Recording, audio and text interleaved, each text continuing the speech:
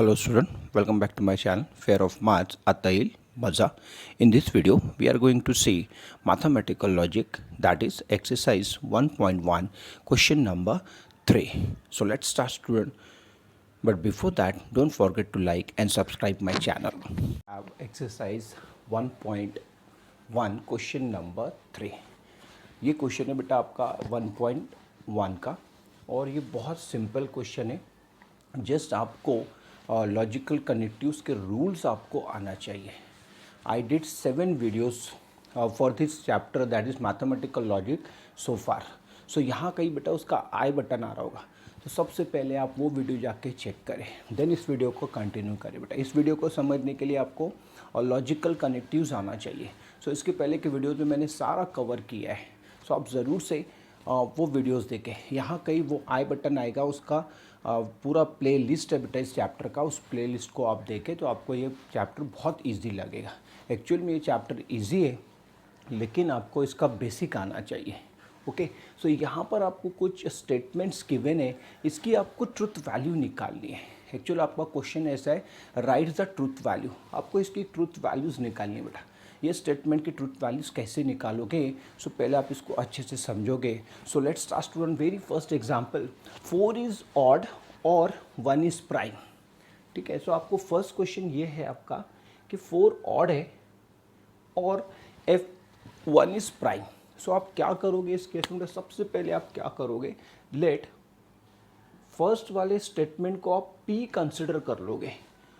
4 is odd, इसको अच्छे से समझ लो बेटा. 4 इज ऑड और 1 क्यू क्या लोगे, सेकेंड स्टेटमेंट 1 इज प्राइम. ऐसे लिखा जाएगा बेटा. सारे क्वेश्चंस आपको ऐसे करने हैं. ये क्वेश्चंस आप अच्छे से समझ लो, सो दैट हम लोग बाकी के क्वेश्चन थोड़ा जल्दी जल्दी करेंगे. ठीक है, सो फर्स्ट पार्ट जो आपका रहेगा बेटा, ये रहेगा P और सेकंड पार्ट जो रहेगा ये रहेगा आपका Q. ठीक है, अब आपको नेक्स्ट क्या करना है, आपको सर्च करना है लॉजिकल कनेक्टिव. दोनों स्टेटमेंट के बीच में कौन सा लॉजिकल कनेक्टिव है. तो क्लियरली दिख रहा है बेटा मुझे, और यहाँ पर कनेक्टेड है, और कनेक्टेड है. दो स्टेटमेंट को और कनेक्ट कर रहा है. कैसे? 4 इज ऑड और 1 इज प्राइम. ठीक है, सो अब यहाँ आपको करना क्या होता है बेटा, सबसे पहले आपको जो गिवन स्टेटमेंट है इसकी ट्रुथ वैल्यू पता होना चाहिए.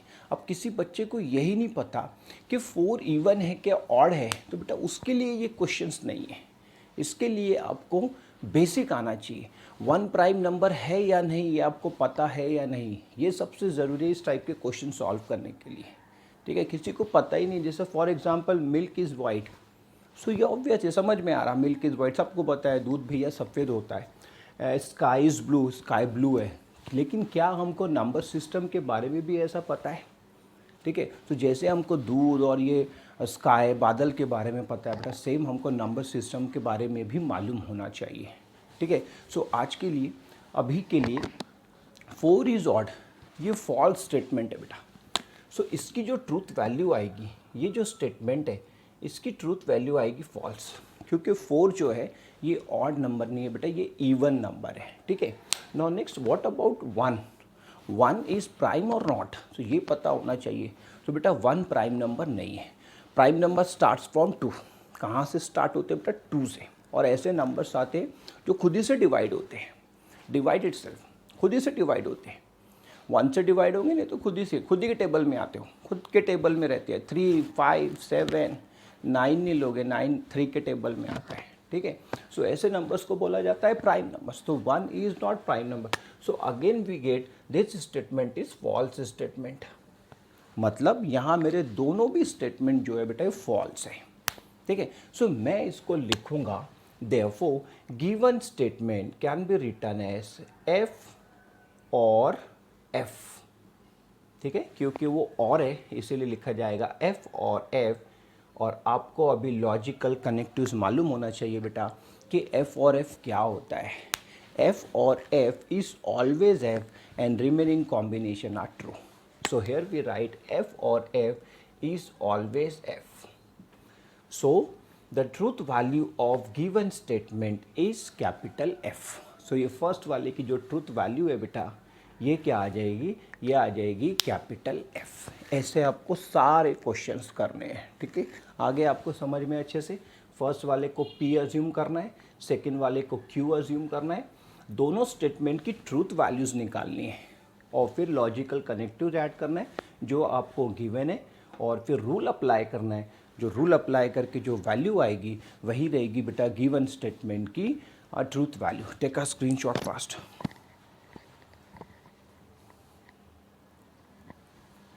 Now move on to second example. देखो आपका क्लियर होते जाएगा बेटा। अभी अब सेकेंड एग्जाम्पल अगर आप देखो, ये फर्स्ट है आपका, आप अगर सेकेंड एग्जाम्पल अच्छे से ध्यान से देखो, सो यहाँ बोल रहा है 64। तो पहले मैं क्या करता हूँ बेटा, इसको अज्यूम कर लेता हूँ।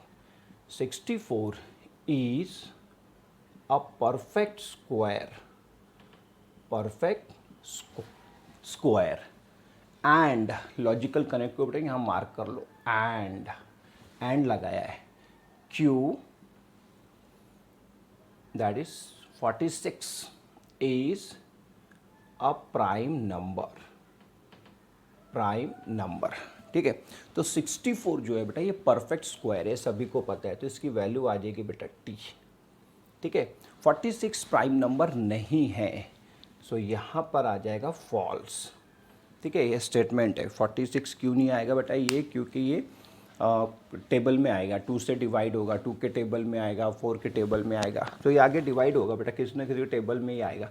इसका हाफ अगर आप करो तो 23 आएगा, ओके। 23 के टेबल में आएगा, मतलब ये प्राइम नंबर नहीं है, ठीक। तो क्या करोगे आप इसको नेक्स्ट, अब देखो ध्यान से क्या करना है आपको। 64 इज़ अ परफेक्ट स्क्वायर, सो लिखोगे T एंड F, ठीक है, क्योंकि एंड है इसलिए लिखोगे T एंड F। और हमको ये बहुत अच्छे से पता है बेटा कि T एंड T होता है, रिमेनिंग कॉम्बिनेशंस क्या होते हैं, फॉल्स, तो यहाँ पर आ जाएगा फॉल्स। सो ये आ गया बेटा इसका ट्रूथ वैल्यू। गिवन स्टेटमेंट की ट्रूथ वैल्यू कितनी आ गई है, कैपिटल F आ रही है, okay. Take a screenshot fast. Now move on to next examples. Example number 3 बहुत ध्यान से और केयरफुली किया बेटा, तो ये बहुत सिंपल है, ठीक है। जस्ट आपको थोड़ा सा पता होना चाहिए, लेकिन अगर आपको पता नहीं रहेगा, बेसिक नॉलेज नहीं रहेगा, तो आप इसको कर नहीं पाओगे, ठीक है। अभी अब मैं इसको थोड़ा डायरेक्टली करूँगा, आप अच्छे से इसको ऑब्जर्व करो। अब नेक्स्ट क्या बोल रहा है आपको बेटा, P is a prime number, ये आपका P रहेगा, ठीक है। मैं लिखता नहीं हूँ अभी इसको। P is a prime number, sorry 5 is a prime number. 5 क्या है बेटा, आपका प्राइम नंबर है, सो ये ट्रू स्टेटमेंट है, ठीक है। सो इसकी वैल्यू जो आ जाएगी, अब मैं डायरेक्टली कर रहा हूँ बेटा, अज्यूम आप करोगे, ठीक है। इसको लिखोगे let P be the statement, 5 is a prime number. अब मैं डायरेक्टली इसकी ट्रूथ वैल्यू लिख रहा हूँ, दैट इज़ T। इसकी ट्रूथ वैल्यू क्या आएगी बेटा, T आएगी, एंड, सो यहाँ लगा देता हूँ एंड 7 डिवाइड्स 94। क्या 7 94 को डिवाइड करता है, नहीं करता है, तो ये आ जाएगा बेटा फॉल्स, ठीक है। So T and T is always T and remaining combination are false, so write here false. क्या आ जाएगा बेटा, फॉल्स आ जाएगा। T एंड T होता है, बाकी के सारे F होते हैं। चलो नेक्स्ट क्वेश्चन देखते हैं हम लोग। नेक्स्ट क्वेश्चन क्या है हमारा, नेक्स्ट क्वेश्चन है इफ देन वाला क्वेश्चन है बेटा।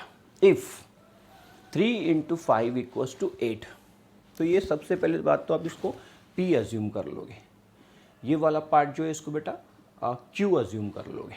ये आपका P और ये आपका Q, दोनों के बीच लगा है इफ देन, ठीक है। सो आपका क्वेश्चन क्या आना चाहिए, ध्यान से देखोगे आप, 3 × 5 = 8 नहीं होता है, मतलब पहले वाला स्टेटमेंट आपका फॉल्स है, फर्स्ट वाला स्टेटमेंट आपका बेटा फॉल्स है, ठीक है। सेकेंड देखो, दोनों को ऐड किया तो 8 आना चाहिए, यहाँ पर 15 आना चाहिए, मतलब ये भी फॉल्स है, और ये दोनों के बीच में इम्प्लाइज है, तो इसको लिखा जाएगा F implies F। F implies F is always T होता है बेटा, ठीक है, क्योंकि रूल क्या है आपका, T implies F = F, remaining combination are true, तो रिमेनिंग कॉम्बिनेशन क्या आ जाएंगे भाई, ट्रू आ जाएंगे, ठीक है। सो ये आगे इसकी ट्रूथ वैल्यू, ये थर्ड वाले की फॉल्स, फोर्थ वाले की truth. Now fifth, milk is white, तो आप इसको P अज्यूम कर लोगे, ये आपका P रहेगा बेटा और ये आपका Q रहेगा, ठीक है। अब मिल्क इज़ अ वाइट, ये ट्रूथ स्टेटमेंट है, तो इसकी ट्रूथ वैल्यू जो आएगी ये टी आएगी, ठीक है। और ये कनेक्टेड है इफ़ एंड ओनली इफ़ से, सो यहाँ आ जाएगा बेटा डबल एरो आ जाएगा, इफ़ एंड ओनली इफ़ मतलब डबल एरो आएगा। स्काई इज़ ब्लू, तो ये भी ट्रू स्टेटमेंट है, सो ये भी आ जाएगा बेटा टी। तो T double implies T is always T, मतलब आपका जो गिवन स्टेटमेंट है इसकी जो वैल्यू आ रही है बेटा ये भी क्या आ रही है, कैपिटल टी आ रही है, क्योंकि रूल ये है T double implies T is always T. Now next number 6। Now in number 6, 24 is a composite number. So ये आपका P पार्ट रहेगा बेटा, इसको P अज्यूम कर लोगे आप, ये आपका P रहेगा। एक बार और बता देता हूँ, अगर आपको कंफ्यूजन हो रहा है तो क्या लिखोगे, P is a statement 24 is a composite number, ठीक है। और Q क्या ले लोगे बेटा, Q ले लोगे आप 17 इज अ प्राइम नंबर, ठीक है। ये दोनों स्टेटमेंट ले लो। अब देखो क्या ये ट्रू है, यस 24 जो होता है बेटा ये कंपोजिट नंबर होता है, ये ट्रू है। 17 जो है ये भी प्राइम नंबर है, ये भी ट्रू है, दोनों ट्रू है। सो बेटा यहाँ लिखा जाएगा इसको टी, और T is always equals to T, क्योंकि रूल ये है बेटा एफ और F is equal to F होता है, एफ और F is equal to F, remaining combination are true. Okay, चलो अब लास्ट वाला के एग्जाम्पल देख लेते हैं, थोड़ा सा डिफरेंट टाइप का एग्जाम्पल है, एग्जाम्पल नंबर 7। तो इसको जल्दी से देखते हैं। It is not true that 5 - 3i is a real number, ठीक है। तो थोड़ा सा डिफरेंट टाइप का है। तो सबसे पहले आप क्या करोगे बेटा, इस क्वेश्चन में इसको P अज्यूम कर लोगे सबसे पहले। Let P is equal to 5 - 3i is a real number, ठीक है। सामने नॉट है लेकिन मैंने इसको अज्यूम कर लिया कि P जो है P - 5 - 3i is a real number, ठीक है। अब ये जो स्टेटमेंट है बेटा इसकी जो ट्रूथ वैल्यू रहेगी, क्योंकि ये कॉम्प्लेक्स नंबर है, इसकी जो ट्रूथ वैल्यू रहेगी ये फॉल्स रहेगी, ठीक है। इसकी जो ट्रूथ वैल्यू रहेगी ये फॉल्स रहेगी, क्योंकि 5 - 3i is a complex number not a real number, ठीक है। तो इसकी वैल्यू जो रहेगी ये फॉल्स। अब इसको आपको नॉट लगाना है, सो इसका सिंबॉलिक फॉर्म आ जाएगा बेटा निगेशन P, इसका सिंबॉलिक फॉर्म, क्योंकि यहाँ पर नॉट है, सो आप लगा दोगे negation P is equal to negation of F equals to negation of F is always T। देखो कैसे सॉल्व किया है इस क्वेश्चन को, है ना।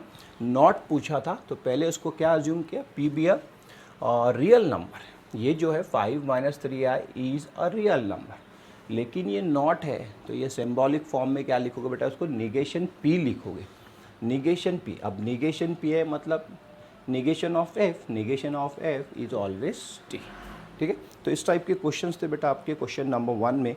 आप थोड़ी सी इसको प्रैक्टिस करो तो आपको ये अच्छे से आ जाएगा। आई होप बच्चों आपको आज का वीडियो अच्छा लगा हो। अगर आपको आज का वीडियो अच्छा लगा हो ज़रूर से बेटा लाइक करें और चैनल को सब्सक्राइब करें। See you next video, till then bye.